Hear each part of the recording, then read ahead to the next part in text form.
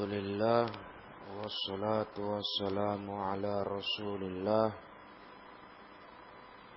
wa ala alihi wa sahbihi wa mawalah.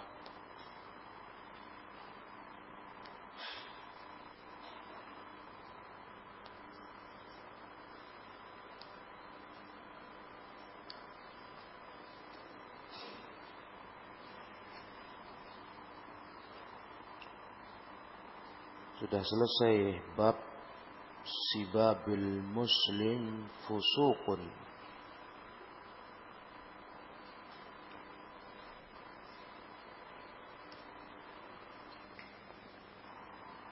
Bab larangan mencela sesama muslim.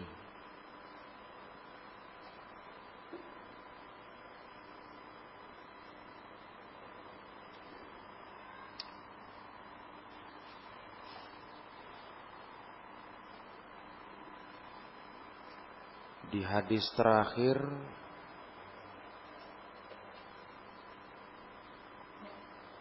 kita mendapati pelajaran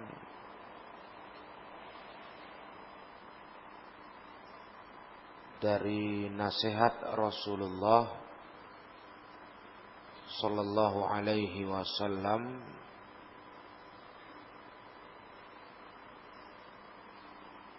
kalau sedang marah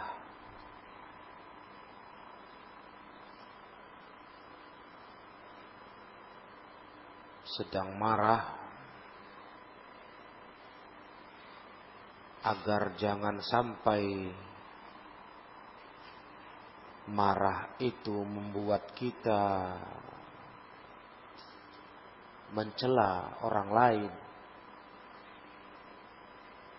Rasul ajari kita untuk berlindung kepada Allah dari syaitan yang terkutuk. Ta'awuz,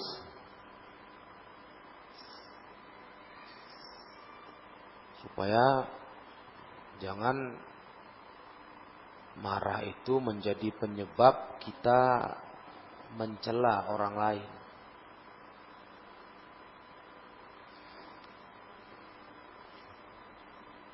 Lagi marah, cepat ucapkan a'udzubillahi minasyaitonir rajim. Ya kan? Sebab kalau tidak, kita akan terbawa kepada saling mencela, terpancing.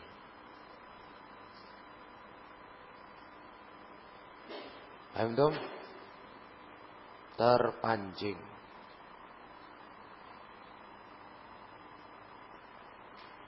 Jadi caranya untuk menghilangkan rasa marah, ta'awudz. Karena di situ ada setan yang bermain. Ada syaitan yang bermain.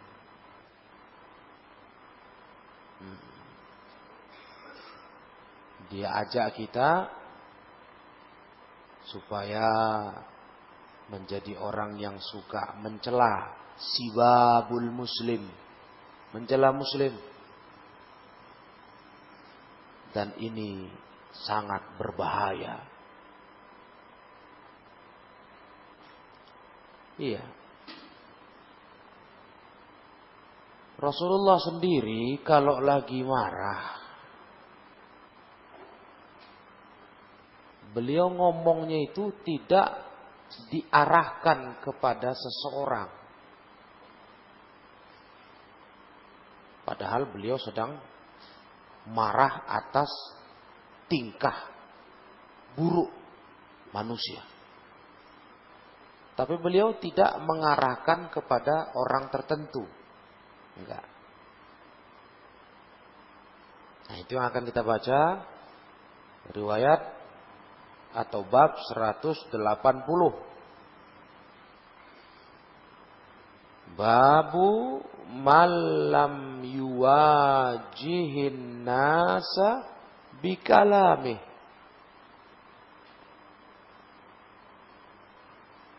Bab siapa yang tidak mengarahkan manusia dengan cakapnya.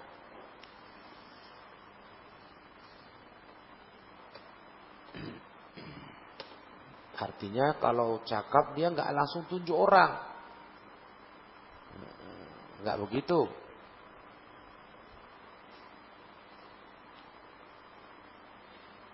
Nanti itu bisa jadi celaan yang berbahaya.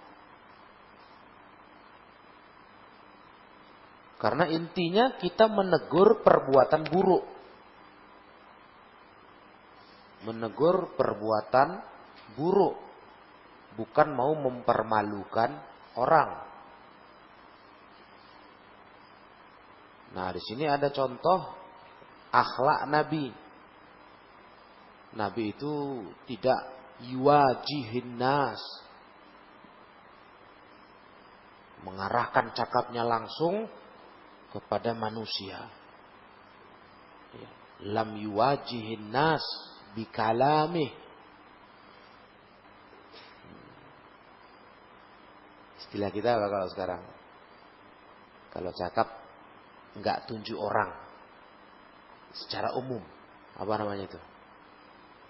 Nyindir, ya kan? Nyindir. Nah, disindir saja. Disebutkan buruknya perbuatan, tapi nggak dipanggil nama. Nyindir aja.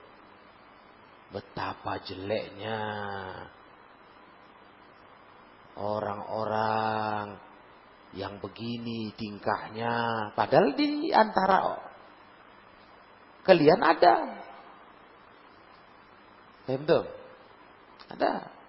Ada kasus. Tapi nggak disebut. Yang tingkahnya begini.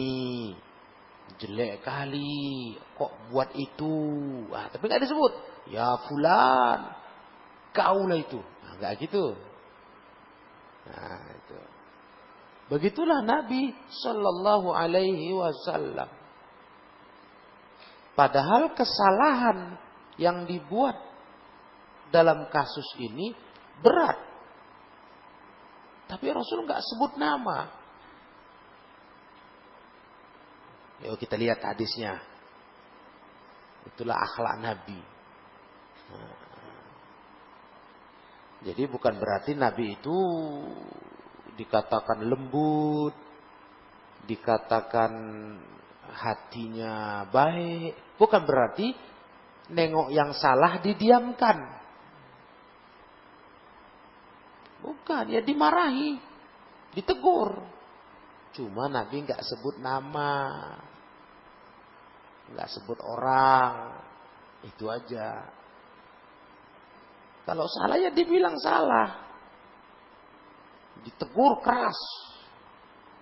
Kadang dalam beberapa riwayat, begitu Nabi dapat laporan kejelekan yang dibuat oleh sebagian sahabatnya, itu berubah muka Nabi. Merah. Taghayyara wajhuhu. Berubah. Marah. Nah. Jadi lemah lembut itu bukan berarti nggak bisa marah. Bukan berarti cengangas cengenges, ya kan? Nah, nggak begitu. Rasul itu orangnya lembut kali, tapi kalau saat marah ya marah.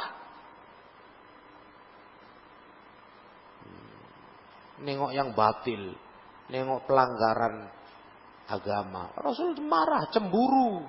Kok dilanggar agama ini? Tapi Rasulullah tidak tunjuk hidung. Marahnya tidak nunjuk orang. Nah, itu yang Rasul jaga. Betul? Itu akhlak Nabi. Jadi mulutnya nggak ceplas-ceplos, nggak karu-karuan.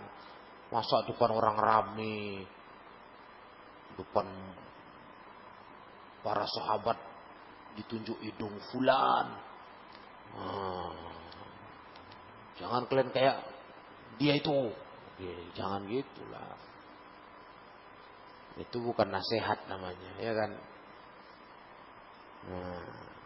Ya, coba lihat hadisnya. An Aisyah radhiyallahu taala anha ummul mukminin. Ini riwayat dari Aisyah. Aisyah cerita.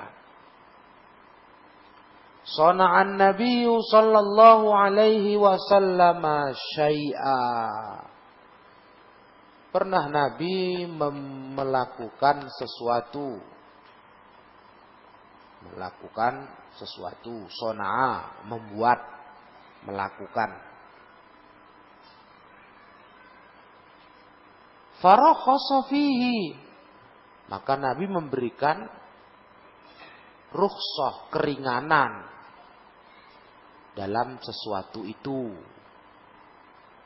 Nah, bolehlah dikasih keringanan. Ya kan? Tapi fatanazzaha anhu qaumun.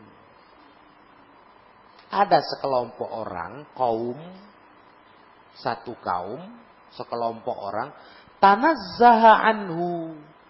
Itu malah menjauhi yang diberi Rasul keringanan. Berarti nggak suka gitu, nggak senang. Kok buat gitu? Kami nggak maulah. Nah, itu dia tanazzah, menjauhi hal itu. Sedangkan Nabi mengizinkan, memberikan keringanan. Sampai di sini paham? Nabi bolehkan. Tahu-tahu ada orang-orang nggak mau. Gitu. Nggak suka nengok itu. Yang diberi Nabi keringanan tadi. Fabalagha dzalikan nabiyya sallallahu alaihi wasallam. Sampailah berita itu kepada Nabi.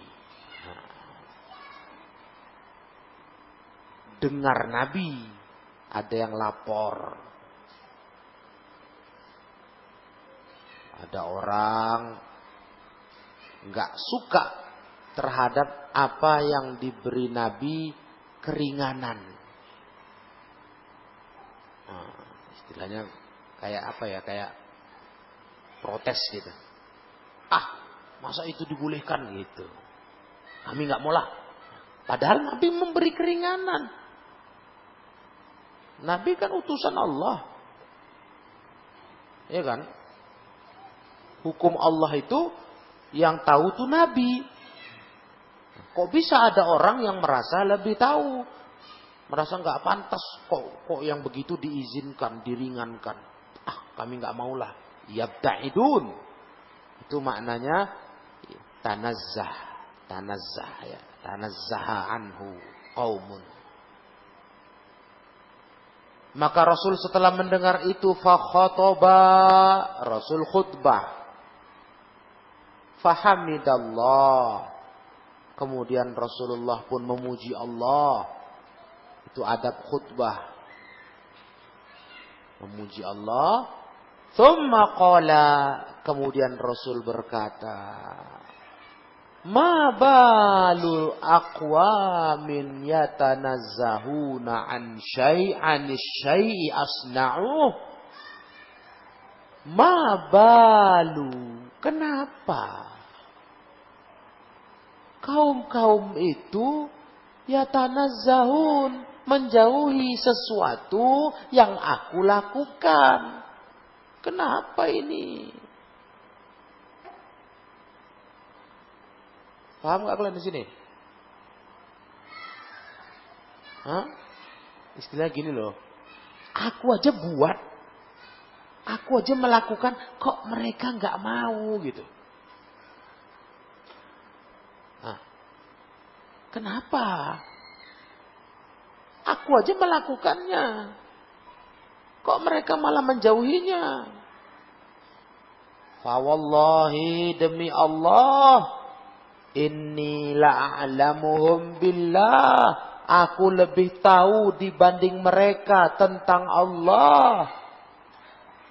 Kata Rasulullah, demi Allah aku lebih tahu daripada mereka tentang Allah. Artinya aku lebih tahu hukum Allah daripada mereka. Wa asyadduhum lahu khasyah. Aku lebih takut kepada Allah dibanding mereka.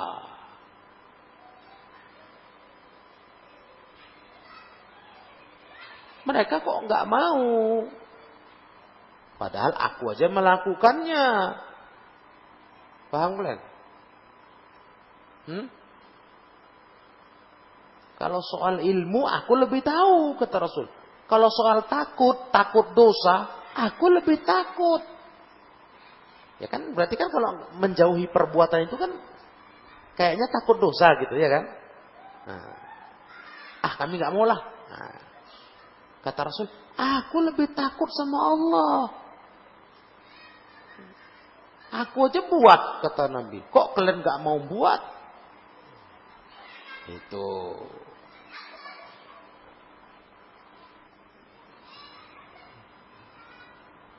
Maka rukhsah, keringanan, ya, itu nggak boleh kita benci,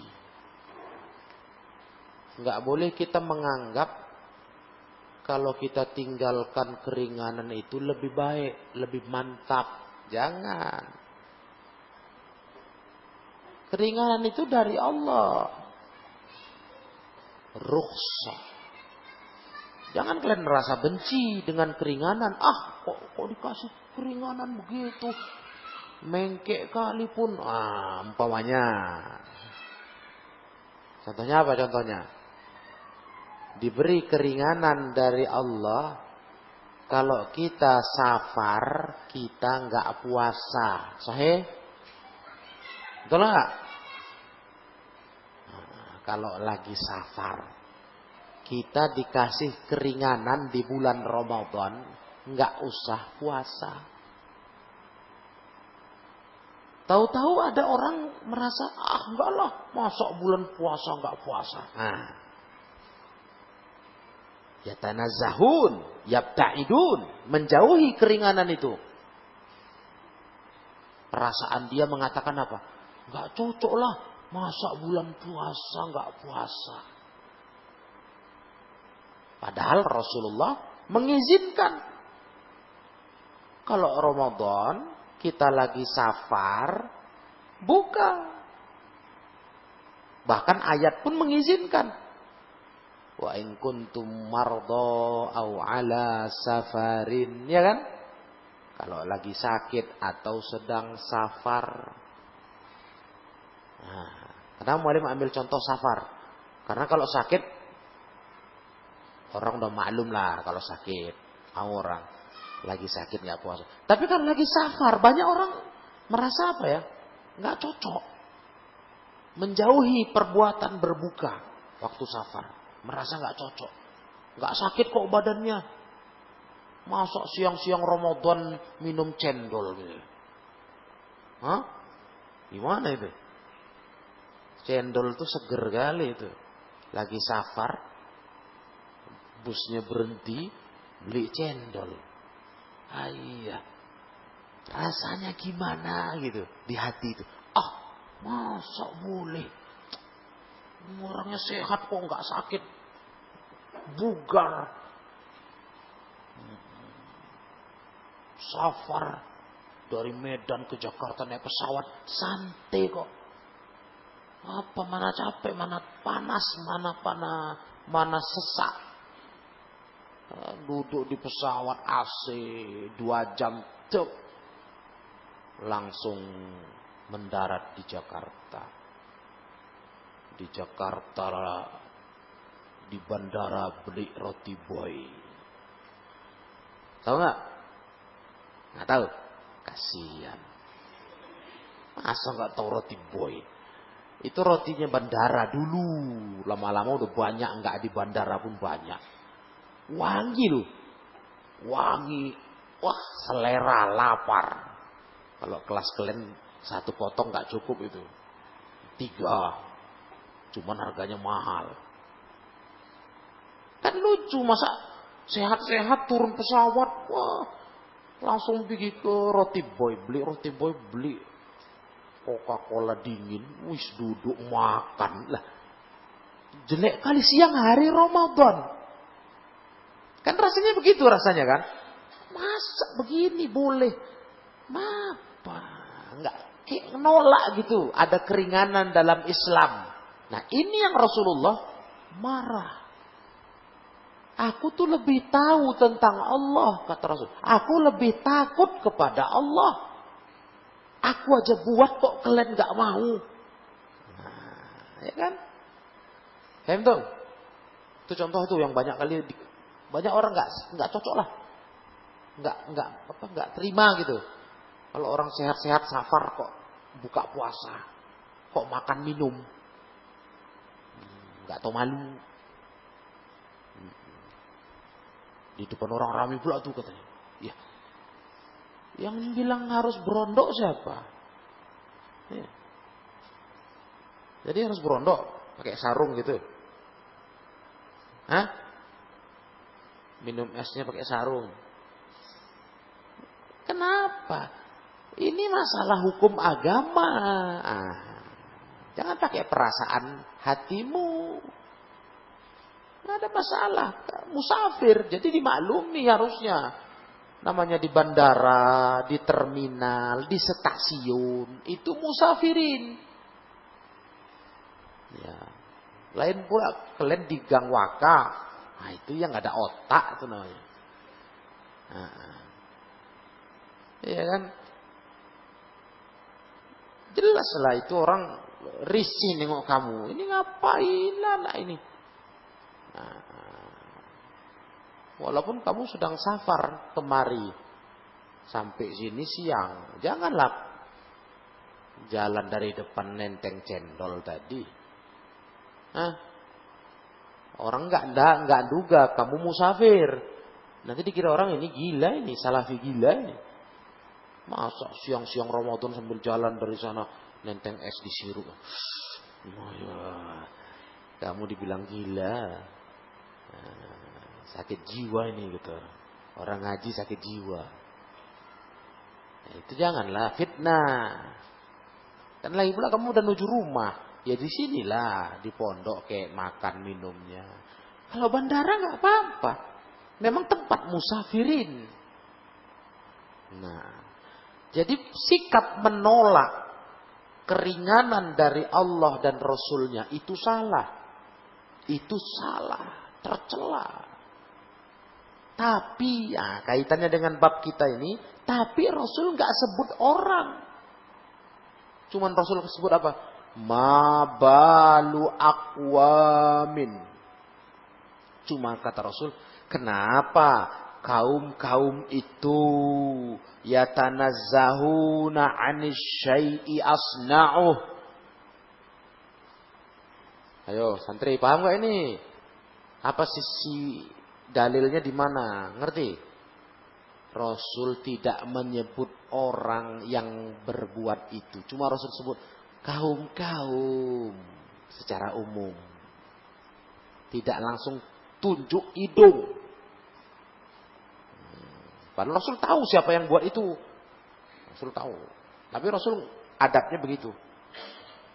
Nggak mau tunjuk hidung.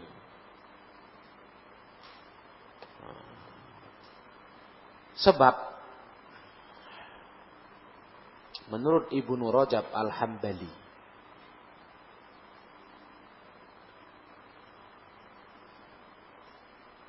apa perbedaan antara mencela dan menasihati? Mal farqu bainan nasihati wa ta'yir? Apa perbedaan antara mencela dan menasehati?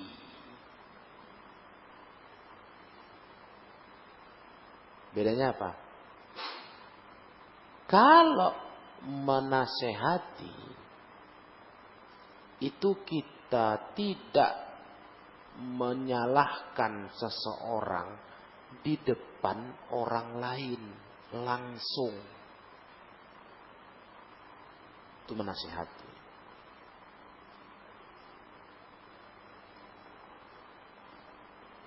Kalau menasihati apa tuh? Tidak mencela kesalahan seseorang langsung di depan orang ramai, orang lain.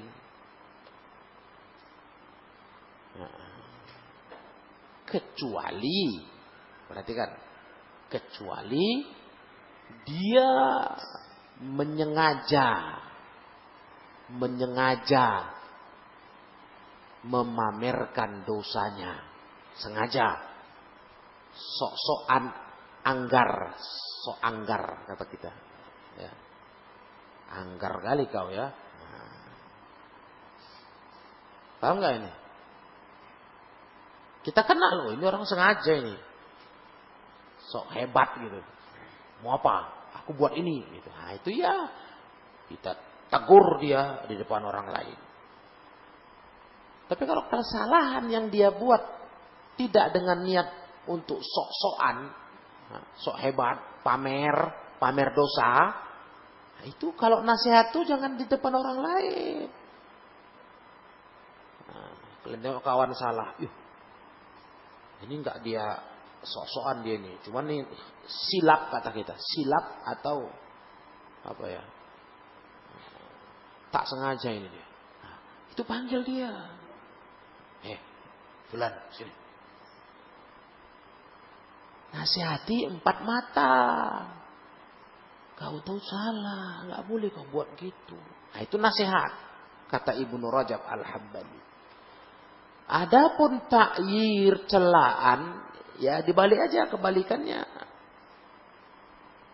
Menegur kesalahan orang lain terang-terangan di depan orang banyak. Di depan orang banyak. Nah, itu namanya celaan, mencela muslim, nggak bagus itu. Ya. Misalnya contohnya apa? Yang nampaklah kalian sering bergaul. Ada kawan, tahu kalian kawan kalian nggak baik, nggak nakal. Tahu dia nampak kalian dia lewat, duduk dia dimakannya makan pakai tangan kiri. Kalian tahu ini kawan nggak nakal, silap dia nih, kok tangan kiri. Nah, itu kita datangi dia, karena rame kawan-kawan lain, datangin, dekatin, bisikan. Masa tangan kiri kau? Dia pun silap. Aduh, astagfirullah. Itu. Bukan kau jeretin. Duduk kau di sini, di pintu depan masjid. Nah, dia duduk di ujung sana. Kau tahu kawan ini bukan nakal. Lagi kawan rame-rame, kau jeretin. Kau. Ada otak kau. Tangan kiri kau. Itu mencela, bukan nasihat. Ya malu dia. Rame-rame kawan lain, ada pula bapak-bapak. Malu dia, mau aku. Kayak aku nih maling aja disorain gitu ya kan. Aku nasihat nih, kau tunjuk. Ada otak kau, kayak setan kau. Alah. Kau yang kayak setan. Nasihati bukan begitu.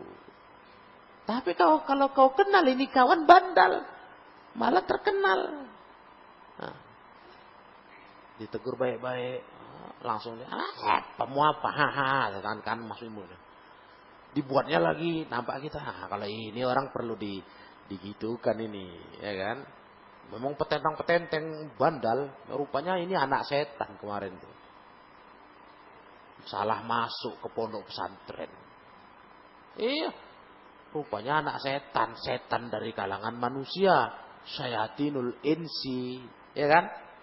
Salah masuk. Ditegur baik-baik makin jadi, makin pamer. Mau apa? Aku mau makan tangan kiri mau apa? Oh kalau itu langsung aja tuh, sental aja terus. Dibuatnya lagi depan orang rame, kau ceriti aja. Jadi, woi, kayak tadi itu ya kan. Tangan kiri kau, setan kau. Nah, biar tahu dia, biar aja malu. Orang menganak setan nih rupanya. Iya kan? Nah, gitu. Jadi Rasulullah itu tidak langsung yuwajihin nas bikalami. Kalau orangnya kayak gitu. Kata Rasul, kenapa kaum itu nggak mau menjauhi apa yang aku buat, kata Rasul. Yang aku kasih keringanan kok mereka nggak mau. Nah, Rasul nggak sebut siapa kaumnya, Rasul tahu. Tahu orangnya. Tapi Rasul sebutkan secara umum. Ya kan? Paham dong? Iya. Di sini kan nggak disebut masalahnya kasusnya apa. Secara hadis nggak ada nampak kan? Di riwayat lain ada keterangannya. Yaitu dalam riwayat Muslim.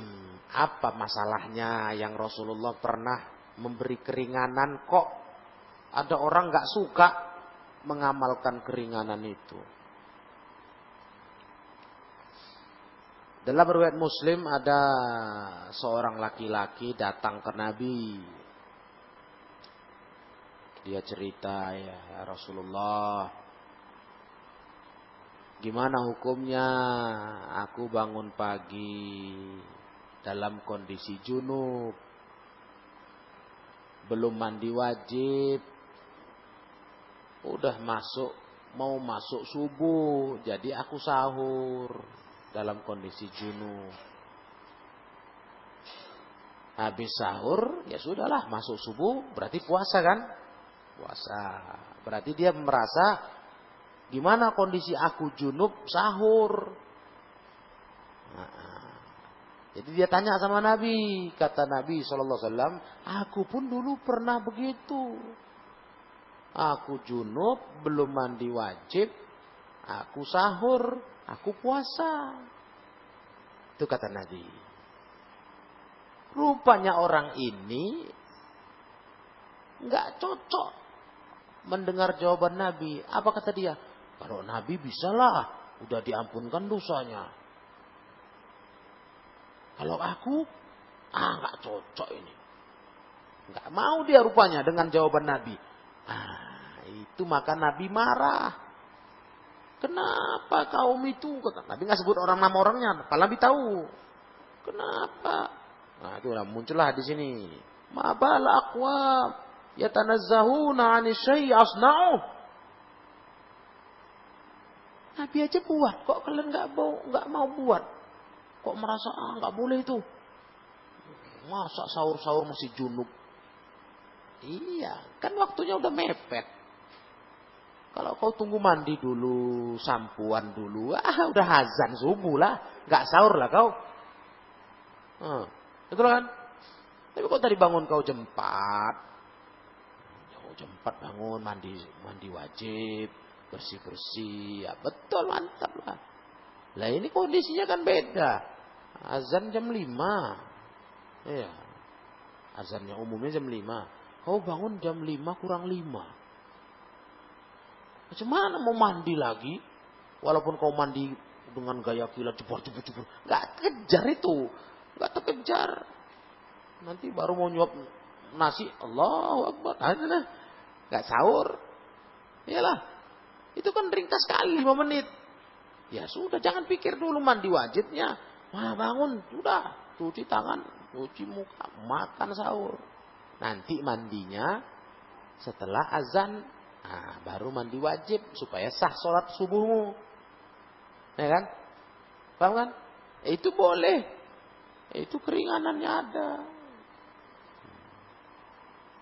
Jadi itu diantara pendapat ulama kasus apa yang terjadi waktu itu. kasus itu. Artinya gini loh, kita tuh beragama nih jangan sok lebih hebat dari Nabi. Itu dia. Nabi itu lebih takut sama Allah.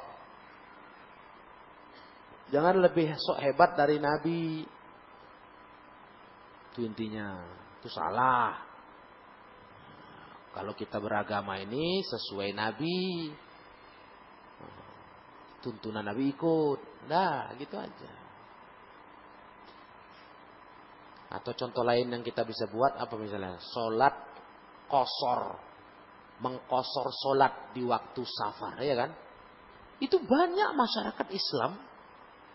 Entah karena nggak tahu ilmu, entah karena merasa ganjal hatinya. Masa sholat dikurangi 2 rakaat?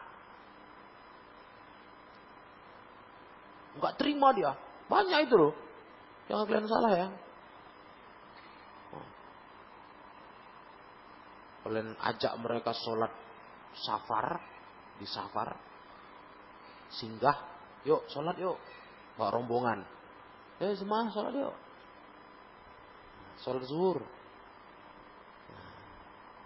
Begitu 2 rakaat kita salam, assalamualaikum, wah, di belakang udah, subhanallah, subhanallah, ngamuk, apa masalahnya? Udah ngamuk mereka. Kita tetap salam. Orang nggak tahu kita betul. Nah, mereka protes. Tahu ini apanya kau? Baru 2 rakaat. Iya Pak, kita mengqashar. Ngapain dikosor? Ngapain? Kau ada kesibukan apa? Kau nggak ada kenapa? Susah kau jalan nih, safar nih. Enggak kan? 4 lah katanya. Salah kita qashar. Bayangin kalian tuh. Salah. Gawat sudah. Itu keringanan. Bahkan dalam pendapat lain, menurut Ibnul Qayyim itu wajib. Bukan keringanan.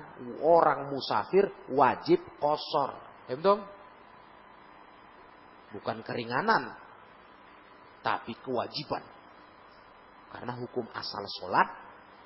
Awal diwajibkan oleh Allah 2 rakaat, 2 rakaat. Semua sholat kecuali maghrib. Isya yang 4 cuma 2, zuhur 4 cuma 2, asar 4 cuma 2, subuh memang 2. Kemudian ditetapkanlah sholat itu seperti itu di waktu safar dan ditambah di waktu mukim. Nah, jadilah sholat itu zuhur 4, asar 4, isya 4. Nah, subuh tetap 2.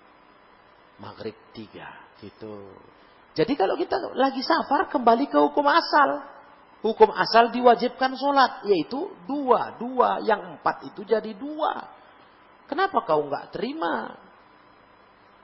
Nah, itu ketemu kasusnya mualim. Iya. Diprotes orang. Dipikirnya sholat qashar itu kalau kita dalam kondisi darurat, kondisi terjepit, kondisi sedang sulit. Kalau santai-santai nggak boleh katanya, harus 4. Kan lebih utama 4 daripada 2, ya kan? Nah, banyak rakaatnya dan itulah jumlah rakaat sholat katanya. Nah, itulah kurang ilmunya dia. Padahal Rasulullah SAW setiap safar selalu mengqashar sholat. Siapa yang lebih takut kepada Allah? Kita apa Rasul? Rasul. Paham nggak di sini? Nah, jadi di hadis ini ada banyak faidah sebenarnya.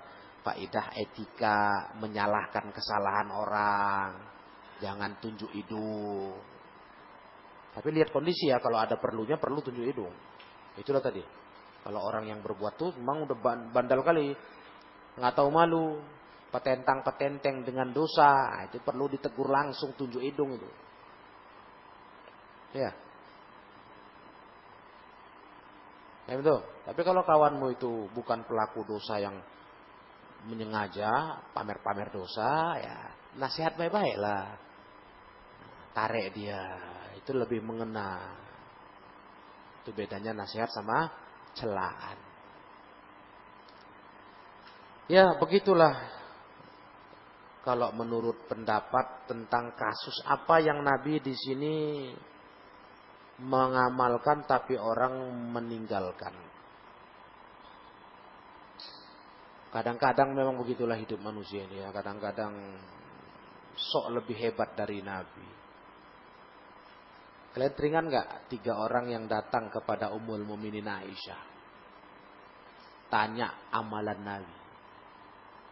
Begitu Aisyah cerita, mereka masing-masing punya pikiran sendiri-sendiri.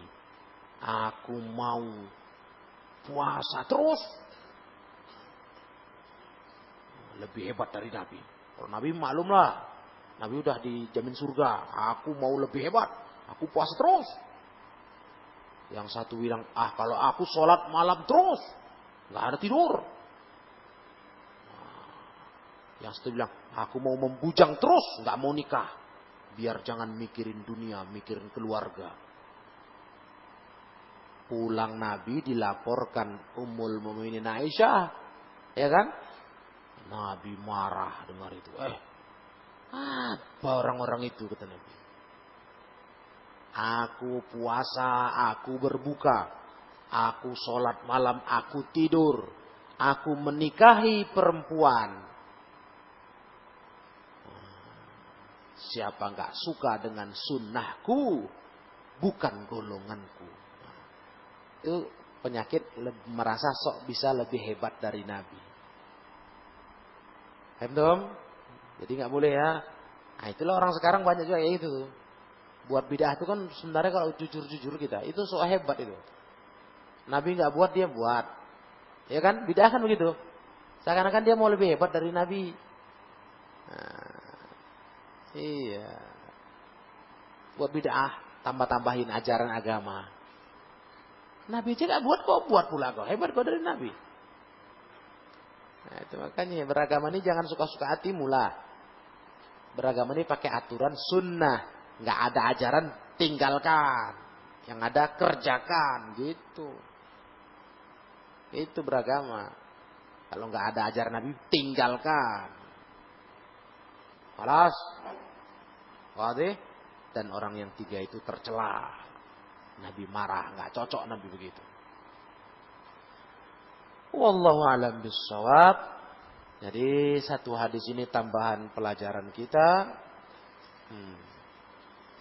Bab malam yuwajihin nas bikalami. Satu hadis. Wallahu a'lam. Ilahuna subhanakallahumma wa bihamdik. Ashhadu an la ilaha illa anta astaghfiruka wa atubu ilaik. Walhamdulillahi rabbil alamin.